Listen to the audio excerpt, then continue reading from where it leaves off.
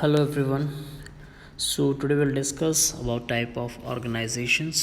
ठीक है, एक इंडस्ट्री में किस तरह का सेटअप होता है, किस तरह की ऑर्गेनाइजेशंस होते हैं जिसकी बेसिस पे आप का डिपेंड करेगा कि आप कौन सी चूज़ करेंगे, मींस कौन सा वर्क करना है, क्या प्रोड्यूस करना है, किस क्वांटिटी में प्रोड्यूस करना है और कैसे प्रोड्यूस करना है.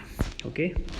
So, students, this PPT has been taken from Wellinger's Distance Learning Division, which is available on slides share. ये सब इसलिए बताया जा रहा है ताकि पैलेचरिज्म ना हो, और जिसने ये प्रोड्यूस की है उसका सोर्स आपको बताया जा रहा है. ये सिर्फ एजुकेशनल पर्पस के लिए है, इसका और कोई रीज़न नहीं है यहाँ प्रोड्यूस करने का.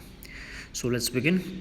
ऑर्गेनाइजेशन क्या होती है देखते हैं. Organization is design on the basic of principles of labour and span of management. ठीक है, किस बेसिस पे डिज़ाइन किया जाता है ये लेबर के ऊपर, मतलब किस तरह का लेबर होगा, किस तरह का मैनेजमेंट कैसा होगा, भाई लाइन मैनेजमेंट होगा कि आपका मैट्रिक्स मैनेजमेंट होगा.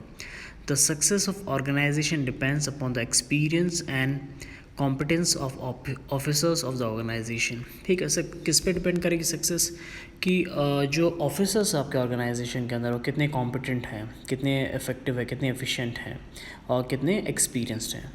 नेचर पे डिपेंड करेगा, scale and size.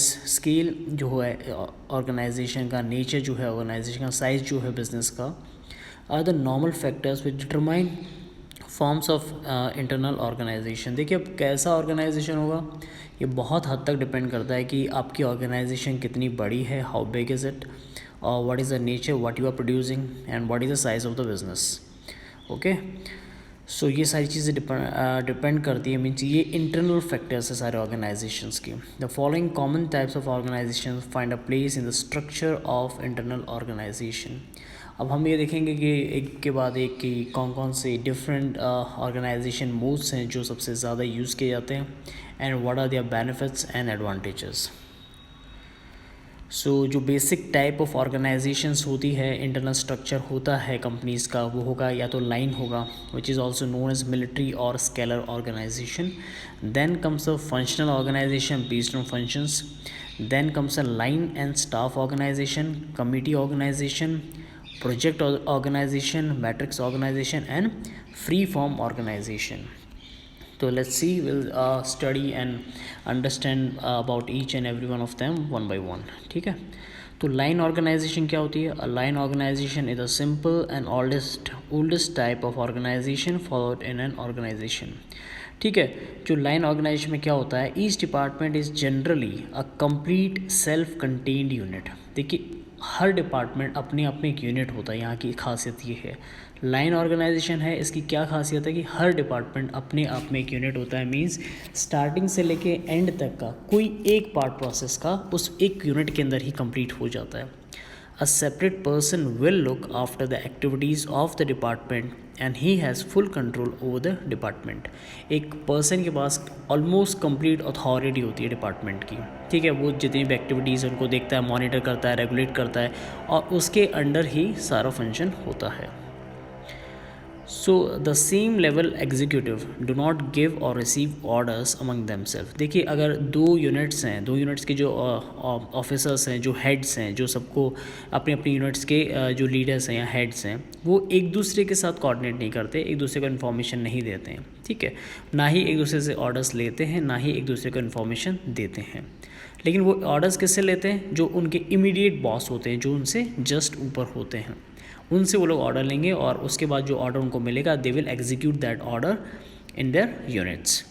And all the heads are responsible to the general manager. और जितने भी हेड हो किसको रिस्पॉन्सिबल होंगे? जनरल मैनेजर जो है. The general manager in turn किसको रिस्पॉन्सिबल हुआ? शेयर होल्डर्स है या फिर ओनर्स है जो बिजनेस के.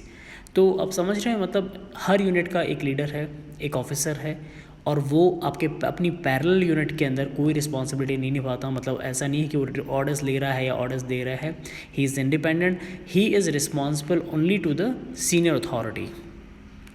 This type of organization is followed in the army on the same pattern. Army के अंदर से बटालियंस होती हैं. ठीक है, बटालियंस में क्या होता है, आपका CEO होता है, कमांडिंग ऑफिसर होता है. तो कमांडिंग ऑफिसर, अगर दो बटालियन है, दो बटालियन के अलग अलग कमांडिंग ऑफिसर्स है, तो वो एक दूसरे को ऑर्डर्स नहीं दे सकते. ठीक है, हु दे विल रिपोर्ट, जो उनके इमीडिएट सीनियर्स होते हैं उनको. So it is called military organization. Under type of organization, the line of authority flows from the top to bottom. Top to bottom approach होता है, वर्टिकल होता है, ठीक है, इसीलिए इसको लाइन ऑर्गेनाइजेशन कहते हैं, क्योंकि एक स्ट्रेट लाइन में चलते हैं ऑर्डर। यहाँ पे क्या क्या कैरेक्टरिस्टिक्स है देख लेते हैं। तो यहाँ पे जो है सबसे पहला कैरेक्टरिस्टिक है वो है डायरेक्ट वर्टिकल रिलेशनशिप, ये समझा दिया आपको। अथॉरिटी टॉप से डाउन होगी, मतलब top level to level of bottom level, ऊपर से नीचे अथॉरिटी फ्लो होगी। Department heads are given full freedom to control their departments. Department जो हेड होगा पूरा पावर होता है, पूरा कंट्रोल होता है अपने डिपार्टमेंट्स को कंट्रोल करने का, ठीक है। Each member knows from whom he would get orders and to whom he should give his orders. सबको पता होता है किससे ऑर्डर लेना है और किसको ऑर्डर देना है, कोई कन्फ्यूजन नहीं होता है, ठीक है। इसलिए बहुत क्विकली रिस्पॉन्ड कर पाते हैं ये जो भी आपको इनको टास्क दिया जाता है। कैरेक्टरिस्टिक्स और बात कर लेते हैं। A senior member has direct command over A subordinates, बता दिया है। ऑपरेशन जो सिस्टम का होता है कंपैरेटिवली काफ़ी इजी होता है, क्योंकि कन्फ्यूजन नहीं होता है, ठीक है। डायरेक्ट रिलेशनशिप होता है सीनियर्स और जूनियर्स का या सीनियर्स और सबऑर्डिनेट्स का। और यहाँ पे जो डिसीजन मेकिंग है, द सुपीरियर जो भी होंगे वो सारे डिसीजंस लेंगे, ठीक है। और उनके पास होगा स्कोप ऑफ अथॉरिटी, मतलब वो फैसले लेंगे, उसके बाद उनको इम्प्लीमेंट किया जाएगा। एडवांटेज और डिसएडवांटेज आप एक बार पढ़ सकते हैं, बहुत सिंपल हैं, ठीक है। आई डोंट थिंक कि इसके अंदर कुछ अलग से एक्सप्लेन करना है, बस कुछ आपको बता देता हूँ। सिंपल होता है, ये पता लग चुका है। Division of authority and responsibility बता चुका है, ठीक है। यूनिटी ऑफ कंट्रोल होता है, ये एडवांटेज बता रहा हूँ मैं। स्पीडी एक्शन, जल्दी फैसले ले पाते हैं क्योंकि एक लाइन में होता है। डिसिप्लिन होता है बिकॉज अथॉरिटी कहाँ से ड्राइव हो रही है पता है, सबको कन्फ्यूजन नहीं होता है, बिकॉज तीनों this is our ultimate boss, तो इसी को रिस्पॉन्ड करना है तो बात माननी पड़ती है। इकोनॉमिकल होता है क्योंकि रिसोर्सेज ज़्यादा इन्वॉल्व नहीं होते हैं, ठीक है, उनको पता है कि कितना कहाँ चाहिए, ऐसे डिसएम्बिग्यूटी नहीं होती बेसिकली, इसलिए कन्फ्यूजन नहीं होगा तो वेस्टेज नहीं होंगे, रिसोर्सेज का प्रॉपर यूटिलाइजेशन हो जाता है। कोऑर्डिनेशन होता है टॉप से बॉटम तक, ऊपर से लेकर नीचे तक बढ़िया कोऑर्डिनेशन कोऑपरेशन रहता है। कम्युनिकेशन होती है वो डायरेक्ट होती है, इनडायरेक्ट कम्युनिकेशन नहीं होगी, डायरेक्ट कम्युनिकेशन होगा। फ्लेक्सिबल होता है, कैसे, जो ऑर्डर्स एक बटालियन को दिया जा रहा है उस वो ऑर्डर ज़रूरी है दूसरी बटालियन को दिया है, दूसरी यूनिट से दूसरा काम भी करवाया जा सकता है। डिसएडवांटेज ये है स्पेसिफिकेशन नहीं होता, लैक ऑफ स्पेसिफिकेशन मीन्स जो आपके पास एक पर्टिकुलर ऑर्गेनाइजेशन है उसके अंदर किसी एक डोमेन के अंदर अगर आप स्पेशलाइज करना चाह रहे हैं तो उसको भी आपको मल्टीपल जो यूनिट्स हैं उनका कोऑर्डिनेशन चाहिए होता है, वो आपके पास स्पेशलाइजेशन यहाँ पे मिस होगा क्योंकि सिर्फ एक ही यूनिट अपने आप में ही कंप्लीट है। ओवरलोडिंग हो जाती है, कई बार एक यूनिट को ज़्यादा काम मिल जाता है तो ओवरलोडिंग हो जाता है वर्क का, क्योंकि वर्क्स जो है डिवाइड नहीं होता है। इनिशिएटिव की कमी होती है क्योंकि ऑर्डर सिर्फ एक ही बॉस दे रहा है, बस सबसे मिल के फैसले नहीं लिए जा रहे हैं। फेवरेटिज्म हो सकता है क्योंकि जो टॉप का जो बॉस है वो हो सकता है कुछ एम्प्लॉयज़ को फेवर करे बाकी को ना करें, और डिक्टोरियल हो सकता है। अथॉरिटेरियन तो है ही क्योंकि सिर्फ एक ही अथॉरिटी फाइनल, तो वो चाहेगा वो उस तरह से करवा सकता है काम को। कम्युनिकेशन इज़ वेरी लिमिटेड, और नीचे वाले वर्कर और हायर मैनेजमेंट में कम्युनिकेशन ऑलमोस्ट निल होता है, होता ही नहीं है। और एडमिनिस्ट्रेशन जो है आपका यूनाइटेड है यहाँ पे, और subject this is not important. Instability हो जाती है कई बार, और कोऑर्डिनेशन की कमी होती है। इंस्टेबिलिटी क्यों होगी, because they are not able to voice their grievances, जो उनकी प्रॉब्लम्स हैं वो उसको प्रॉपर तरीके से मैनेजमेंट तक नहीं पहुँचा पाते हैं, दैट लीड्स टू इंस्टेबिलिटी। और जो कोऑर्डिनेशन की कमी इसलिए है क्योंकि एक यूनिट अपने आप में ही जो करना है उनको करना है, they are not allowed to coordinate with the respective parallel units, so that leads to sometimes a difficult situation. Suitable कहाँ पे होगा, स्मॉल साइज़ बिजनेस यूनिट्स के लिए अच्छा है, ठीक है, जहाँ पे रूटीन नेचर का काम है, कुछ ज़्यादा इनोवेशन नहीं है, ठीक है। बिजनेस एक्टिविटीज़ जैसे सर्विस माइंडेड है, और उसके बाद जो number of person working small businesses, operation in simple nature, बस सिंपल बिजनेस हो, सिंपल नेचर हो, छोटा बिजनेस हो, वहाँ पे ये ऑर्गेनाइजेशन आपकी चल सकती है। So now we'll discuss about functional organization. Under line organization, a single person is in charge of all the activities of the concerned department. The person in charge finds it difficult to supervise all the activities efficiently. तो कई बार ऐसा होता है कि जो एक line organization में एक सिंगल अथॉरिटी होती है, लेकिन फंक्शनल ऑर्गेनाइजेशन में थोड़ा सा डिफरेंस है। क्या डिफरेंस है, विल सी। तो the reason that the person does not have enough capacity and required training ठीक है। अंडर फंक्शनल ऑर्गेनाइजेशन में क्या होगा, various specialist are for various functions perform in an organisation.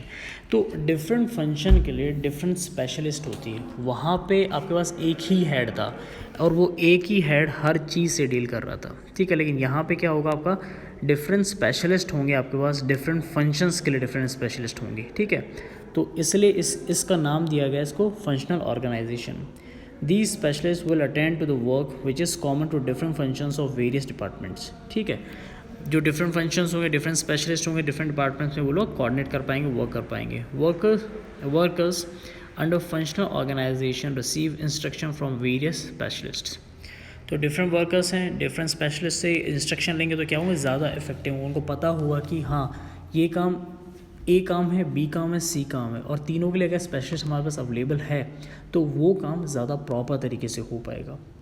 The need of for functional organization arises out of complexity of modern and large scale organization. जब organization बहुत बड़ी हो गई, बहुत कॉम्प्लेक्स हो गई, तो क्या होगा, आपको स्पेशलिटी चाहिए होती है, आपको एक्सपर्टीज़ चाहिए होती है उस काम को करवाने के लिए। तो इसलिए आपका इस तरह का ऑर्गेनाइजेशन की ज़रूरत पड़ती है।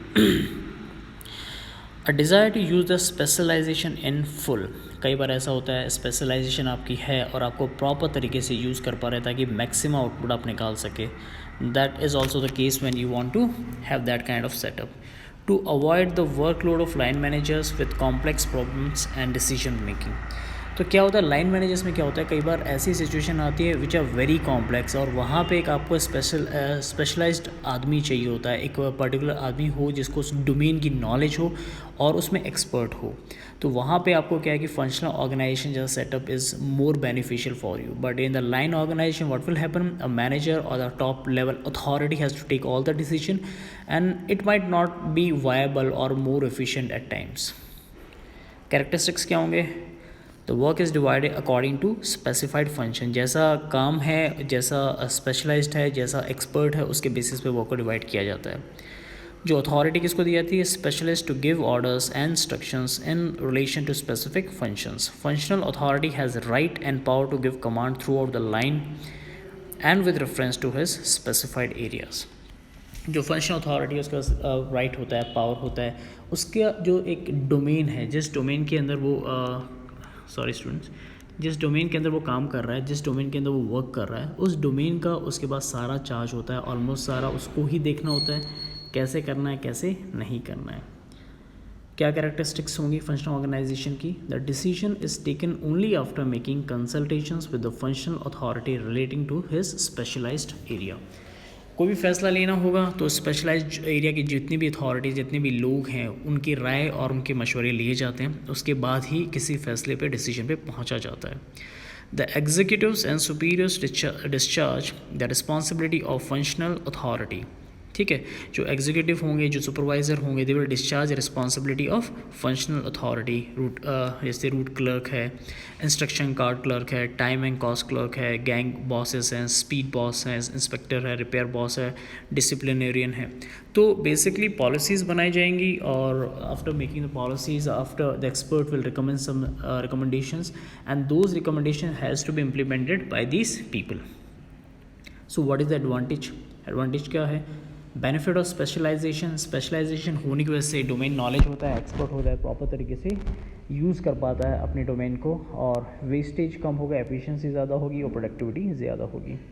एक्सपर्ट नॉलेज का प्रॉपर यूज़ हो पाता है। Reducing the workload. Workload is reduce because क्यों, वर्क क्या डिफरेंट सेट्स में डिवाइड हो जाता है और डिफरेंट डोमेन के एक्सपर्ट्स उनको डील करते हैं, तो आपका जो वर्कलोड है वो सेग्रीगेट हो जाता है यहाँ पे। सुपरविजन प्रॉपर तरीके से हो पाता है। Efficiency is high.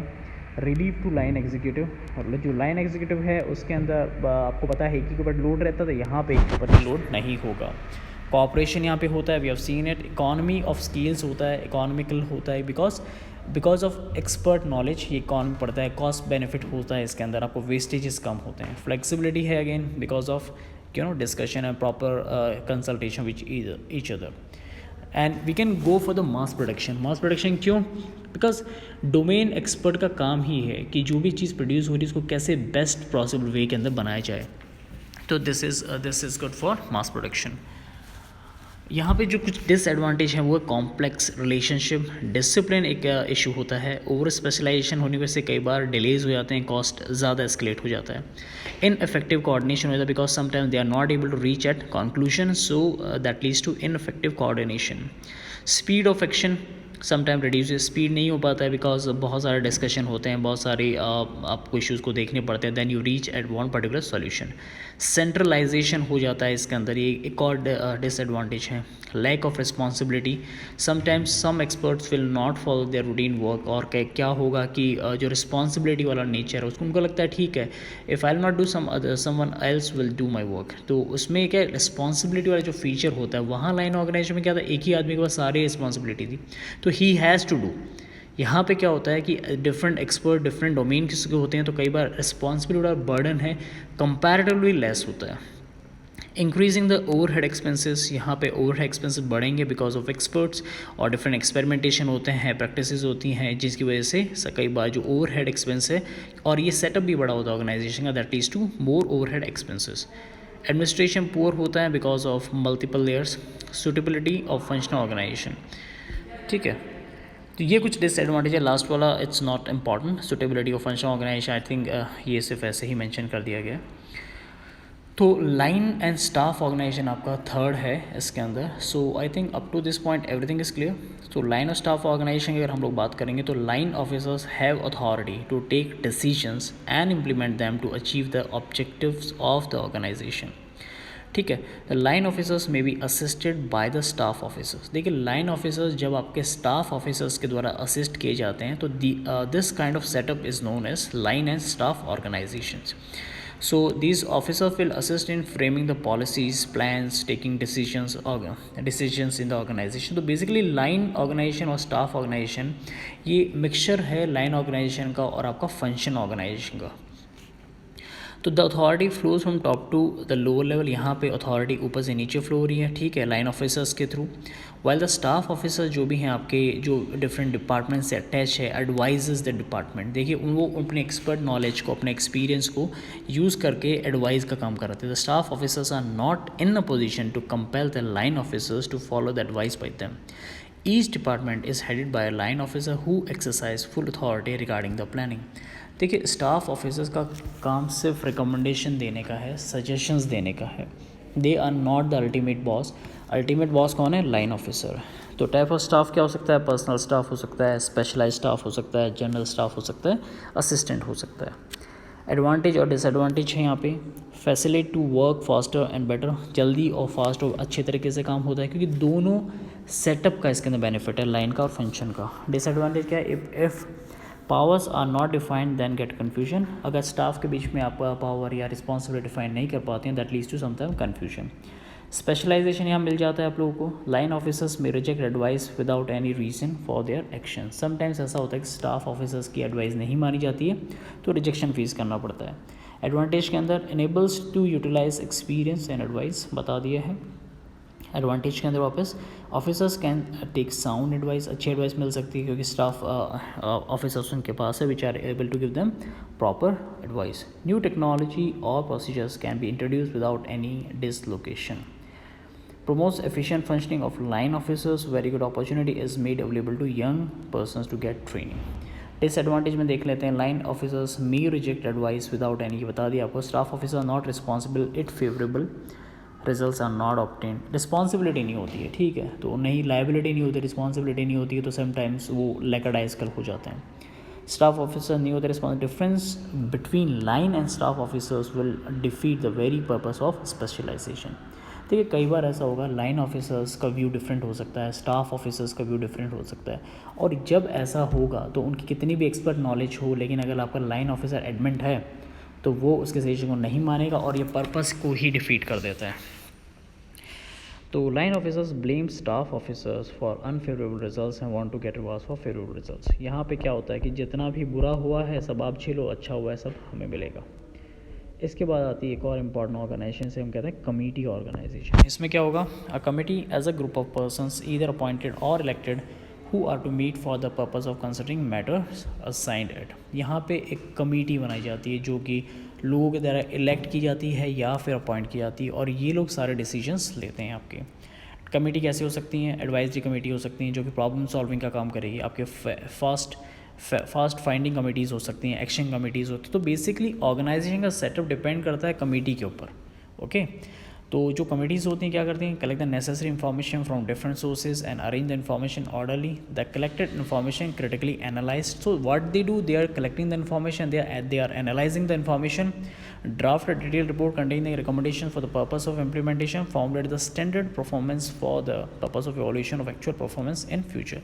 So what they are using, basically they are collecting all the data. After collecting all the data, they are analyzing it.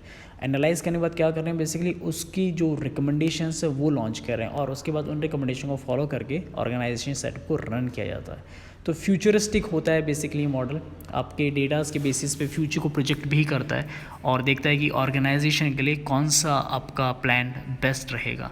तो यहाँ पे कमेटी है या क्लियर ऑब्जेक्टिव्स के बारे में बात करती है। तो ये recommendation for efficient functioning of a committee, क्या क्या चीज़ें, रोल ऑफ कमेटी डिफाइन किया जाता है, क्लियर ऑब्जेक्टिव उनको बताया जाता है, preparation for meeting, role of chairman, selection of subject matter, evolution, follow up, selection of meeting, size of the committee. ये सारे एट्रीब्यूट्स हैं, मतलब ये सारी चीज़ें होनी चाहिए। ऑब्जेक्टिव्स पता होना चाहिए कमेटी को, रोल पता होना चाहिए, चेयरमैन का क्या रोल है ये पता होना चाहिए, डेफिनेशन प्रॉपर होनी चाहिए।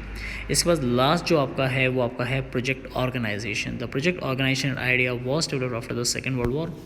दूसरा विश्व युद्ध ख़त्म हुआ था, उसके बाद आपका ये प्रोजेक्ट ऑर्गेनाइजेशन का सेटअप की बात हुई थी। अब project organization can also be beginning of an organization cycle, ठीक है। The project may become a long-term or permanent effort that eventually becomes a program or branch organization। देखिए प्रोजेक्ट ऑर्गेनाइजेशन में क्या होगा, एक प्रोजेक्ट स्टार्ट करेंगे, ठीक है। उस प्रोजेक्ट के फिजिबिलिटी के लिए जो भी हो सकता है हर वो काम किया जाएगा और यही एक प्रोजेक्ट आपका फ्यूचरिस्टिक होगा। तो हो सकता है एक कार का प्रोजेक्ट हो या फिर एक मशीनरी का प्रोजेक्ट हो, तो उसके बाद जैसी सिचुएशन अराइज होती है उसके बेसिस पे इसको आप मॉडिफाई कर पाते हैं। फीचर्स क्या हैं? The success of the project organization depends upon the coordination of activities. जो भी एक्टिविटीज़ कर रहे हैं, आप मैन्युफैक्चरिंग कर रहे हैं, मैनेजमेंट कर रहे हैं, लेबर का काम करवा रहे हैं, अगर मुझे प्रॉपर कोऑर्डिनेशन है तो आपका प्रोजेक्ट टाइम पे कंप्लीट हुआ। अगर टाइम पे कंप्लीट हुआ तो हो सकता है कि ये आपका एक सक्सेसफुल मॉडल बन के निकले। There is a grouping of activities for each project. It leads to introduction of new line of authority। यहाँ पे एक मान लीजिए कार बनानी है, कार बनाने के लिए टायर का डिपार्टमेंट अलग होगा, चेसिस का डिपार्टमेंट अलग होगा, इंजन का डिपार्टमेंट अलग होगा, ठीक है। तो ये बेसिकली एक लाइन ऑर्गेनाइजेशन की तरह डिवाइड हो जाती है जिसके अंदर हर ग्रुप का एक अलग हेड होता है। ड्रॉबैक्स क्या है? The professionals are deputed for the project, but there is an assurance of continuous work for the professional in a project organization. The decision is taken in the project organization under the pressure of the top controls the staff in an organization। देखिए जो भी फैसले लेंगे जो top officers हैं उनके pressure में ले जाते हैं तो कई बार एफिशिएंट नहीं होते हैं। The top management does not extend is full cooperation for the effective functioning of the project organization. Some hindrance may be cause by top management, ठीक है। तो ये दिख रहा है यहाँ पे कि बॉस ऊपर वाले हैं तो सारा वो रेगुलेशन भी वही लोग करेंगे। तो प्रोजेक्ट के बाद होता है आपका मैट्रिक ऑर्गेनाइजेशन। ये क्या होता है? Any organization that employs a multiple command structure but also related support mechanisms and an associated organization culture and behavior pattern। The metric organization may be for where a large small projects have to be managed। ये कहाँ पे use होगा? मान लीजिए बहुत सारे projects हैं, बहुत लार्ज प्रोजेक्ट्स हैं, लेकिन बहुत छोटे छोटे प्रोजेक्ट्स हैं, ठीक है। वहाँ पे क्या होगा, आपको मल्टीपल कमांड स्ट्रक्चर्स की ज़रूरत पड़ेगी, ठीक है। बहुत सारे कमांड्स देने पड़ेंगे क्योंकि बहुत सारे छोटे छोटे प्रोजेक्ट्स आपको मैनेज करने हैं। लेकिन और वहाँ पे उनका आपके पास होना चाहिए रिलेटेड सपोर्ट मैकेनिज्म, कमांड भी होना चाहिए और कमांड के साथ साथ related support mechanism, so that वो छोटे छोटे प्रोजेक्ट्स को आप सस्टेन कर पाएँ, ऑपरेट कर पाएँ। तो ऐसे टाइम पे आपको मैट्रिक्स ऑर्गेनाइजेशन होगा जो कि इंटरलिंक्ड होता है बेसिकली। क्या इफेक्टिव कंडीशन होगी मैट्रिक ऑर्गेनाइजेशन की? The principle of chain of command is not followed in matrix organisation. A project manager should give his report to more than one superior. तो यहाँ पे लाइन की तरह कमांड नहीं follow होता है। एक प्रोजेक्ट मैनेजर होगा, वो प्रोजेक्ट इम्प्लीमेंट करेगा, उसके बाद उसका जो रिजल्ट है, जो उसके रिकमेंडेशन है, उसकी रिपोर्ट है, वो डिफरेंट लोगों को देगा, डिफरेंट सुपीरियर्स को देगा और वो आपस में कोऑर्डिनेट करके फिर एक कंक्लूजन पे पहुँचेंगे। There should be an agreement among managers regarding the authority of utilizing the available resources। The term resources include physical resource, financial और human। तो यहाँ पर समझ में आ रहा है प्रोजेक्ट्स हैं छोटे छोटे, वो रिपोर्ट कर रहे हैं डिफरेंट मैनेजर्स को, डिफरेंट मैनेजर कोऑर्डिनेट करके एक फाइनल कंक्लूजन पे पहुँच रहे हैं, ठीक है। मेरिट्स एंड डीमेरिट्स आपको दिखा रखी हैं यहाँ पे। मेरिट्स क्या है? Achievement of objectives, best utilisation of resources, approximates structure, flexibility होती है, मोटिवेशन होता है, पर्सनल डेवलपमेंट का स्कोप होता है। डीमेरिट कॉम्प्लेक्स होता है, बहुत कॉम्प्लेक्स होता है, फैसले नहीं ले पाते हैं जल्दी, पावर के लिए स्ट्रगल होता है, ठीक है। और यहाँ पे excessive emphasis group decision making में ज़्यादा एम्फेसिस की वजह से क्या होता है कि भाई बहुत डिलेज हो जाते हैं, प्रोजेक्ट का टाइम जो जितने टाइम में होना था वो काफ़ी ज़्यादा एक्सटेंड हो जाता है। अराइजिंग कॉन्फ्लिक्ट रेजोल्यूशन हिट्रोजीनियस होता है, ठीक है। होमोजीनियस मतलब एक जैसा, हिट्रोजीनियस मतलब डिफरेंट व्यूज़ वाला, डिफरेंट ड्राइव वाला होता है। फ्री फॉर्म ऑर्गेनाइजेशन ये आपका लास्ट है। This type of organization is formed whenever a need arises to form an organization for achieving a particular object. It will be dissolved after achieving the object of organization. The free form organization resembles a project and matrix organization. It otherwise calls organic or ratio organisation. यहाँ पे क्या है कि जैसी ज़रूरत पड़ती है वैसी ऑर्गेनाइजेशन आप क्रिएट कर देते हैं, जब तक ज़रूरत है तब तक रखेंगे, उसके बाद आपको डिज़ोल्व कर देंगे। तो जनरली ये मैट्रिक्स ऑर्गेनाइजेशन और आपका जो फंक्शन ऑर्गेनाइजेशन है या फिर प्रोजेक्ट ऑर्गेनाइजेशन है उनका मिक्सचर होता है। तो यहाँ पे जैसी नीड होती है वैसा आप काम कर लेते हैं। So these are some of the basic organization students.